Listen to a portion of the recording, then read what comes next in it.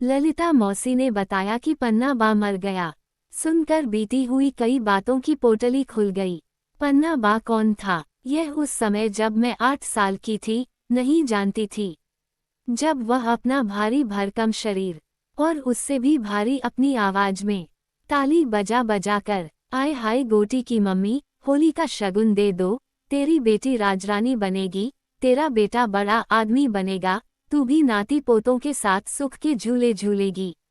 सच कहूँ तो तब मैं डरकर अपने किचन में जा छुपती थी। उसकी अजीब सी वेशभूषा, मर्दानी आवाज और जनाना पहनावा कुतूहल का कारण था हम बच्चों के लिए। पान से रंगे होंठ और किनारों से निकलती पिक, मेहंदी से रंगे कहीं सफ़ेद, कहीं काले, कहीं लाल बाल, बेतरबीत और कभी संवारे हुए। हर त्योहार, शिशु जन्म पर अपनी टोली के साथ नगर भर में घूमता, पैसे इकट्ठे कर अपने 2 खोली के घर में चला जाता। मैंने एक बार माँ से पूछा थी, मम्मी ये पन्ना बा अजीब है ना, बहुरूपिये की तरह। जब आदमी है तो औरतों वाले कपड़े पहनकर क्यों घूमता है। माँ ने डपक दिया था, खबरदार, किसी और से कभी ये प्रश्न मत पूछ बैठना। मेरे नन्हे मन को कोई उत्तर नहीं मिला और जिज्ञासा जस की तस, अब क्या करूं। बाल मन जिस बात के लिए जितना मना किया जाए उस तरफ उतना ही भागा। अपनी कुछ समझदार सहेलियां जिन्हें मैं समझदार समझती थी, क्योंकि वे थोड़ा व्यवहारिक ज्ञान भी रखती थीं, और मैंने तो अपने आप को कई बातों में नीरा मूर्ख ही पाया। मैं भली और मेरी किताबें भली, सो उनसे पूछा, ऐसा क्यों। वे बड़ी ज्ञानी सहेलियां मुझे बोली, वह किन्न है। मैंने सोचा कि लो अब नई मुसीबत, ये किन्न क्या होता है। लेकिन पूछती तो मूर्ख साबित हो ही जाती उनके सामने, तो अपनी इज्जत बचाने और यह बताने के लिए कि थोड़ा बहुत ज्ञान मुझे भी है, बड़ा सा मुंह खोलकर बोली, अच्छा। वे मुझसे भी बड़ा मुंह खोलकर बोली, हाँ। आज सोचती हूँ तो हंसी आती है कि उस समय मेरी परम ज्ञानी सखियों को भी नहीं पता था किन्न का मतलब, पर सब अपने ज्ञान के रोग को जताने के लिए बड़े विश्वास से सिर्फ किन्न है कहकर आगे बढ़ गई थीं। मुझे कई प्रश्नों में उलझाकर और मैं, जैसी की आदत है पीछे पड़ने की, जब तक उत्तर न मिल जाए, उस समय गूगल बाबा तो थे नहीं और न ही किताबें इतनी सुलभ, और किसी बड़े से कुछ पूछने पर डांट पड़ने का डर। बच्चों के प्रश्नों के कोई कभी सही जवाब देता कहाँ है, और वे खुद ही अपनी जिज्ञासा का समाधान उल्टे सीधे तरीकों से करने लगते हैं। मेरी जिज्ञासा भी बढ़ती जा रही थी, लेकिन कोई हल नहीं मिला। मेरी सयानी सहेलियों को तो मैं आजमा चुकी थी, लेकिन फिर वह बात दिमाग से उतर गई। खैर, पन्ना बा का घर रंगरेज गली में था, और उस गली के सामने से होकर ही नदी का रास्ता था। जब हम छोटे थे तब नदी जिंदा थी, और उसका कल कल बहता पानी हमें आमंत्रित करता था। छोटे से कस्बे में हर घर में नल नहीं थे, पानी की टंकियां और कुएं ही सहारा थे। हमारे यहाँ तो कावड़ वाले भैया आते थे कावड़ डालने, और थोड़ा बहुत पानी हम खेल खेल में टंकी से भर लाते। आज सोचती हूँ तो आश्चर्य होता है कि कितने कम पानी में गुजारा हो जाता था हम लोगों का, और आज इतना होने पर भी कमी लगती है। कम पैसों में भी खुश थे हम, और आज सब होते हुए भी चित बेचैन।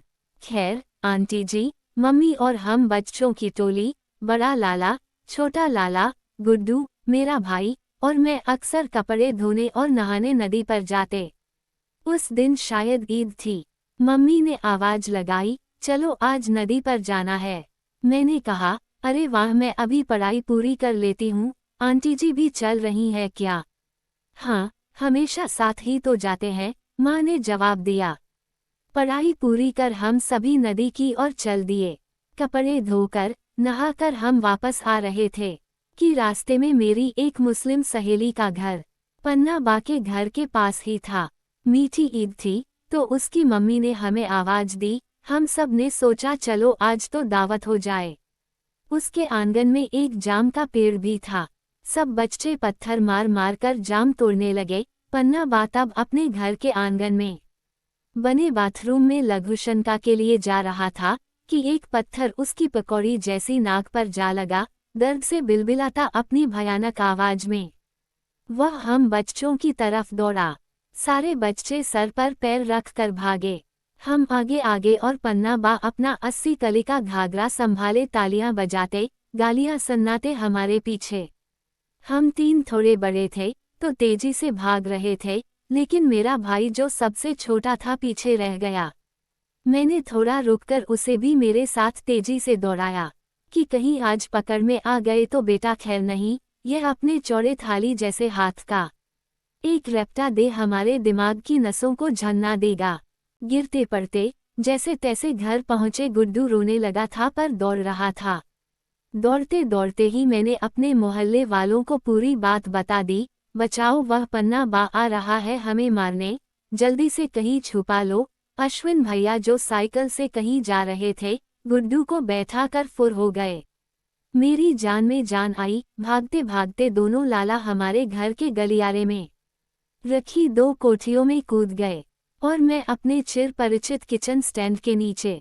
माँ पापा कुछ समझ पाते इससे पहले ही हौंफता हुआ पन्ना बा हमारे घर की ड्योढ़ी पर खड़ा था। उसकी छाती धड़कनी सी चल रही थी, पर फिर भी ताली ठोक ठोक कर, गोटी कहाँ है गोटी बुलाओ, मेरी नाक फोड़ दी दुबजी तुम्हारी छोरी ने। वह किसी और का नाम नहीं ले रहा था। उस दिन मुझे पता चला कि फेमस होना भी बड़ी मुसीबत है। मेरी तथाकथित ख्याति ने मुझे बड़ी मुसीबत में डाल दिया था। पापा ने जैसे तैसे समझाया तो बोला, आया हूं तो कुछ लेकर जाऊंगा, किन्ना की नाक की कीमत चुकाओ बाजी।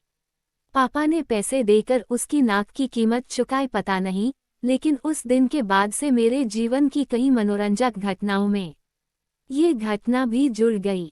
मेरे साथ कुछ हालत ऐसे हो जाते हैं जो मेरे साथ साथ औरों को भी याद रहते हैं। ताउम्र मोहल्ले वालों ने बहुत दिनों तक चिढ़ाया इस घटना के लिए। टारगेट मैं ही, क्योंकि सबसे मस्तीखोर मैं ही। तो कुछ ना भी करूं तो भी ठीकरा अपने ही सर फूटता। फिर सोचती फेमस होने की कीमत तो चुकानी ही पड़ती है। खैर, फिर तो समय गुजरता गया। शायद कई साल मैं भी भूल गई और वह तो भूल ही गया होगा। छोटा सा कस्बा, उसकी सबसे बोल चाल और जान पहचान, कोई घर ऐसा नहीं जहां वह नाम ले लेकर सबसे बात न करता हो। कई सालों बाद जब उसे पता चला कि मैं कॉलेज में पढ़ाती हूँ, तो एक दिन सामने से आते हुए बड़े अदब से उसने मुझे नमस्ते किया था और मेरे पढ़े लिखे रूप से वह थोड़ा भयभीत भी हुआ, ऐसा मुझे लगा। अथर्व को लेकर पहली बार जब मायके आई तो एक दिन अचानक पन्ना बा सामने मिल गया। अपने चिर परिचित अंदाज में ताली ठोक बोला, आय हाय गोटी रानी, इतनी बड़ी हो गई, महंजी शादी में भी नहीं बुलाया, बाहर जाकर शादी कर दी। इसकी शादी में 2-4 बन्ने बन्नी गा देते, शगुन हो जाता। नहीं मानते नेग, बुला तो लेती। अब माँ बन गई है तो जरूर नेग लूंगी और गीत भी गाऊंगी। फिर अचानक पता नहीं क्या हुआ, जो अपने 80 कली के घाघरे के जेब से 10 का एक नोट निकालकर अथर्व के हाथ में रख बोला, जीते रहो लल्ला, खूब नाम रोशन करो। कहते कहते उसकी आंखों में आंसू आ गए। मैं और माँ कुछ कहते उससे पहले वह पल्ले से अपनी आंख पोंछता चला गया। पहली बार किसी किन्ना को किसी को पैसे देते देखा। माँ ने घर आकर साड़ी सेट मिठाई और कुछ रुपए रखकर उसके घर भिजवा दिए, लेकिन हम बड़े दुखी हो गए थे। इधर फेसबुक पर किन्ना की मौत पर उसकी लाश की जूतों से पिटाई की खबर पढ़ ही रही थी कि पता चला पन्ना बा मर गया। सोचकर ही रोंगटे खड़े हो गए कि उसकी लाश के साथ भी यही सब हुआ होगा। कैसा जीवन प्रभु, कितनी यातना, अपने ही शरीर से घिन की हद तक बेगानापन। कैसे किसी इंसान का मन स्वीकारे मर्दाना आवाज, लेकिन कपड़े और श्रृंगार करने का मन औरतों की तरह, दाढ़ी मुछों का उगना पुरुष की तरह और शरीर का विकास स्त्री की तरह। कोई काम पर रखे नहीं, कोई माता पिता इस अभिशाप को साथ रखने को राजी नहीं, कोई नौकरी नहीं, कोई पढ़ाई नहीं, बेचारा मनुष्य जिए भी तो कैसे। कैसे देह से परे हो, फिर भी जीता है एक किन्ना, देह का भान है भी और नहीं भी हो तो भी क्या। सारी लाज शर्म सब त्याग, कितने साहस के साथ निकलता है शगुन गाने, पैसा मांगने, अश्लील हरकतों, व्यंग्यबान, द्व्यर्थी मुस्कानों और दुत्कारों को सहन करता हुआ भी। अपनी जिजीविषा को जिंदा रखे हुए एक इंसान ही तो है। अगर यह वरदान की किन्न की दुआ की कोई होड़ नहीं और उसकी बद्दुआ का कोई तोड़ नहीं, उनके साथ नहीं होता तो प्रकृति के इस अभिशाप को झेलता ये वर्ग किस तरह जिंदा रहता। पन्ना बाभी अपने इसी वरदान का सहारा ले सब्जी वाले से सब्जी, किराने से किराना और सारी जरूरत की चीजें इकट्ठी कर लेता था। क्या करता? शायद समाज के निर्माण काल में किसी संवेदनशील व्यक्ति ने ही उनके जीवन यापन की यह व्यवस्था कर दी होगी, क्योंकि इंसान किसी से डरे न डरे।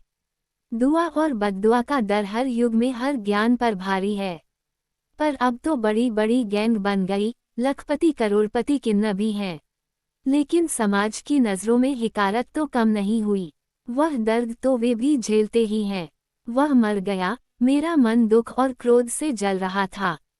मृत्यु स्वाभाविक दुख देती है, और क्रोध इसलिए कि मैं भी चाहती थी कि उसकी लाश पर जूते बरसा कर मैं भी उसे इस किन्न के जन्म पर धिक्कारूं, और शायद वह मेरे जूतों की बौछार से डरकर अगले जन्म में किन्न के रूप में पैदा होने की हिमाकत ना करे।